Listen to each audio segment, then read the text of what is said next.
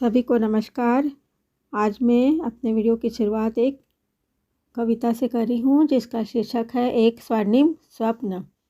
मैंने स्वप्न लिया है विद्यालय के निर्माण का, हिंदुत्व की नींव पर देशभक्ति के आधार पर रख दी है दो लाल ईंटों के बीच एक सफ़ेद ईंट। प्रयोग किया है नींव सीमेंट दृढ़ संकल्प का, पानी डाला है संपर्क स्नेह तथा संस्कार का। कभी नहीं हाथ तथा माँ के दुलार तथा प्यार का, यह बन गया सुंदर सबल विद्यालय। यह तो घर है, जो विद्यालय घर नहीं वह विद्या का भी घर नहीं। शिक्षा प्राप्त सुसंस्कृत छात्र जा रहे अभावग्रस्त क्षेत्रों में, अज्ञान तथा व्यथा मिटाने चल निकले गिरी कंदराओं में। शिक्षा हुई धन्य देख युवा पीढ़ी के क्रियाकलाप, राष्ट्र जीवन होगा सुसम्मान, मिटेंगे अभाव सब संताप। आज के वीडियो में आप देखेंगे छात्र व्यायाम कर रहे हैं, कोई आनंद मेला लगा हुआ है, नृत्य सभा चल रही है। क्योंकि हमारे यहाँ शनिवार के दिन प्राइमरी और मिडिल स्कूल में छात्रों की पाठ्य सहगामी गतिविधियाँ होती है, यानी कि पढ़ाई नहीं होता है, बच्चे बैग नहीं लाते, नो बैग डे होता है। तो बच्चों के सर्वांगीण विकास के लिए ये सारी क्रियाएं होती है जिसको कहते हैं सहपाठ्यक्रम गतिविधियाँ। पहले सहपाठ्यक्रम गतिविधियों को पाठ्येतर गतिविधि कहते थे, मतलब पाठ्य के पढ़ाने के अलावा जो गतिविधि होती है, और ये गैर शैक्षणिक पाठ्यक्रम का एक हिस्सा था। यह बच्चे और छात्रों के व्यक्तित्व विकास के विभिन्न पहलुओं को विकसित करने में मदद करता है। बच्चों के सर्वांगीण विकास के लिए भावनात्मक, शारीरिक, आध्यात्मिक और नैतिक विकास जरूरी है। जहाँ ये सहपाठ्यक्रम गतिविधियाँ काम करती हैं, सहपाठ्यक्रम गतिविधियाँ आपके पाठ्यक्रम का हिस्सा ही नहीं होती बल्कि आपकी ज़िंदगी का एक महत्वपूर्ण हिस्सा है। ये ऐसी गतिविधियाँ हैं जो बच्चों के विभिन्न विकास, बौद्धिक, भावनात्मक, सामाजिक, नैतिक, सौंदर्य, ये सारे विकास में महत्वपूर्ण भूमिका निभाती है। सहपाठ्यक्रम गतिविधियाँ एक ऐसा पाठ्यक्रम होता है जो मुख्य पाठ्यक्रम के पूरक के रूप में, मतलब उनके साथ साथ काम करता है। ये पाठ्यक्रम का बहुत ही महत्वपूर्ण हिस्सा है जो छात्रों के व्यक्तित्व का विकास करने के साथ ही कक्षा शिक्षा को मजबूत बनाने में सहायता करता है।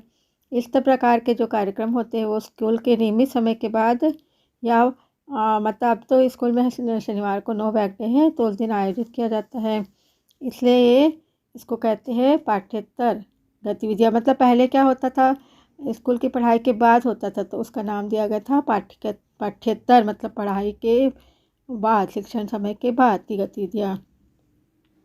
या इंग्लिश में इसको बोलते हैं को करिकुलर एक्टिविटी, जैसे खेल हो गया, संगीत, बहस मतलब वाद विवाद, कला, नाटक, भाषण, कहानी, निबंध, कला, शिल्प, सजावट की प्रतियोगिता, लेख लिखना, लोक संगीत, लोक नृत्य, फूलों की सजावट, स्कूल की सजावट, मूर्ति निर्माण, फैंसी ड्रेस, चार्ट मॉडल की तैयारी, एल्बम बनाना, फोटोग्राफी, खिलौने बनाना, साबुन बनाना, टोकरी बनाना, त्यौहार के उत्सव बनाना, ये सारी क्रियाएं आ सकती है इसमें। तो जब ये गतिविधियाँ होती है इसमें छात्र और ये जो गतिविधियाँ हो रही है उसकी भूमिका के बारे में बात करते हैं। ये छात्र गतिविधियाँ जो होती हैं वो छात्र के व्यवहारिक ज्ञान के अनुभव को छात्रों में के अंदर ये शामिल मतलब डाली जाती हैं। ये गतिविधियों से ही छात्र का सर्वांगीण विकास होता है और इससे फिर छात्र और शिक्षा के बीच संबंध भी मजबूत होता है। तो एक कक्षा के शिक्षण और प्रशिक्षण को मजबूत करता है। बौद्धिक व्यक्तित्व के विकास के लिए क्लासरूम टीचिंग तो ज़रूरी होती है, जबकि सौंदर्य विकास, चरित्र निर्माण, आध्यात्मिक विकास आदि इसके लिए सहपाठ्यक्रम गतिविधियाँ ज़रूरी होती हैं। ये स्कूल और कॉलेज के छात्रों के बीच में भी समन्वय, समायोजन, भाषण प्रवाह आदि गुण विकसित करने के लिए आवश्यक होती है। इससे फ़ायदा ये होता है कि इससे जैसे सहपाठ्यक्रम गतिविधियों में खेल हो रहा है, एक्टिंग हो रही है, गायन और कविता पाठ, इसको प्रोत्साहन मिलता है। छात्रों में जो छुपी कला है वो आगे आती है। और आज जैसे कुछ गतिविधियाँ है, खेल हो गया, बहस में भागीदारी, संगीत, नाटक, ये सब शिक्षा को पूर्ण करने में मदद करता है। और जब वाद विवाद का प्रतियोगिता होती है छात्रों के बीच में, तो वो अपने विचारों को स्वतंत्र रूप से खुद को अभिव्यक्त करने के लिए छात्रों को सक्षम बनाता है। और खेल जो है वो बच्चों को फिट और ऊर्जावान बनाने में मदद करता है। जो भी स्वस्थ प्रतिस्पर्धा की भावना विकसित होती है। ये गतिविधियाँ बताती है कि किसी भी काम को संगठित रूप से कैसे करना चाहिए, कौशल विकसित कैसे किया जाए, सहयोग और विभिन्न परिस्थितियों में समन्वय कैसे रखा जाए। ये गतिविधियाँ समाजीकरण, आत्म की पहचान मतलब खुद की पहचान, आत्म मूल्यांकन का अवसर प्रदान करती है। ये अपने बच्चों में निर्णय लेने में बच्चों को सही बनाती है, एकदम सही बनाती है। यह अपनेपन की भावना भी विकसित करती है। जब बच्चे खेलते या कोई भी गतिविधि साथ में करते हैं तो उसमें अपनेपन की भावना आती है। उसके अलावा इस आयोजन में शिक्षक की भूमिका भी बहुत महत्वपूर्ण है। शिक्षक को एक अच्छा योजनाकार होना चाहिए ताकि विभिन्न गतिविधियों को व्यवस्थित ढंग से पूरा किया जा सके। शिक्षक का कर्तव्य होना चाहिए कि वह पाठ्यक्रम गतिविधियाँ को प्रदर्शन करते हुए बच्चों को अधिक से अधिक अवसर दे। सभी बच्चों को अवसर देना चाहिए।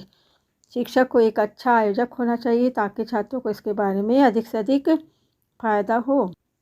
स्वामी विवेकानंद जी का कथन शिक्षा के उद्देश्य के बारे में, सभी प्रकार की शिक्षा और अभ्यास का उद्देश्य मनुष्य निर्माण ही है। सारे प्रशिक्षणों का अंतिम उद्देश्य मनुष्य का विकास करना ही है। जिस प्रक्रिया से मनुष्य की इच्छा शक्ति का प्रवाह और प्रकाश संयमित होकर फलदायी बन सके, उसी का नाम है शिक्षा। संपूर्ण शिक्षा समस्त अध्ययन का एकमेव उद्देश्य है कि व्यक्तित्व को गढ़ना, परंतु हम यह न करके केवल बहिरंग पर ही पानी चढ़ाने का सदा प्रयत्न किया करते हैं। ज्ञान और अनुभूत ज्ञान में अंतर होता है। जब शिक्षा योजनाबद्ध ढंग से जीवन के प्रत्येक स्तर पर प्रयोग में लाई जाती है तो वह अनुभव ज्ञान अथवा बुद्धिमत्ता में रूपांतरित हो जाती है, बदल जाती है। आज की शिक्षा का दुर्भाग्य है कि उसका स्वरूप छोटा हो गया है और वह शिक्षा अक्षर ज्ञान और इससे आगे चलकर परीक्षा हो गई है तथा इसका जीवन से संबंध विच्छेद हो गया है। हमारा देश बहुत व्यापक है। इसमें विभिन्न जातियों के लोग विविधताओं को संजोए एक साथ यहाँ रहते हैं। भाषाएं, वेशभूषा, खान पान और मतांतर तथा उनमें विश्वास से ये सब पृथक होने से ऐसा लगता है कि यह देश एक चित्रनिकेत म्यूजियम है। मतलब जवाहरलाल नेहरू ने भी कहा था कि देश तो स्वतंत्र हो गया, परंतु इसकी अखंडता को पुष्ट करने के लिए प्रांतवाद, भाषावाद, जातिवाद, बिरादरीवाद, सांप्रदायिकता, मजहबी जुनून, ये सभी देश की एकता तथा अखंडता के लिए खतरा है।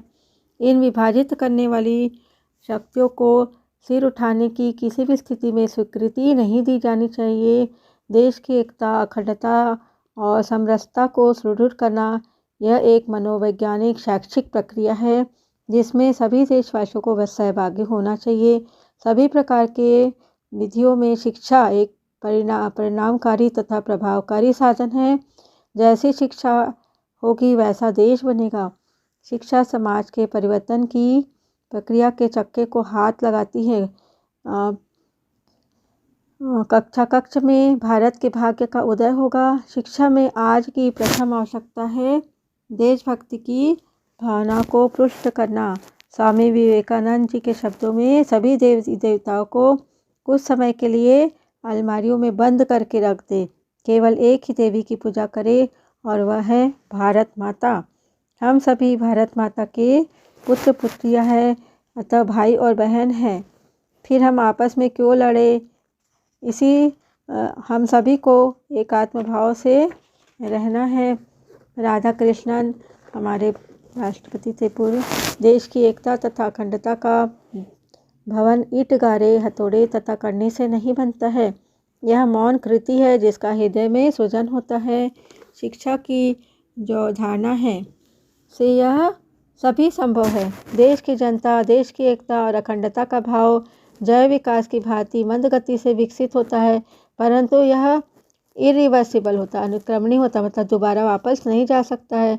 यह मार्ग धीरे से चलता है परंतु यह सुदृढ़ होता है और स्थायी होता है। मनुष्य की शिक्षा बाल्यकाल से ही शुरू हो जाती है और ये जीवन पर्यंत चलने वाली प्रक्रिया है। विद्यालय ही वह स्थान है जहाँ भिन्न भिन्न वर्णों के बालक पढ़ने आते हैं और ये एक लघु भारत दिखाई देता है। विद्यालय के संस्कार क्षम वातावरण से बच्चों को एक सूत्र में पिरोया जाता है और इसी से ही परिवार की सुदृढ़ता, समाज की समरसता, देश की एकता तथा विश्व बंधुता के भावों के बीज अंकुरित होते हैं। सभी में देशभक्ति का नाद हो। खा अन्न और जल तेरा माँ, यह श्वास है अब तक बड़े हुए, तेरी ही वायु से माता का यह श्वास है अब तक अड़े हुए।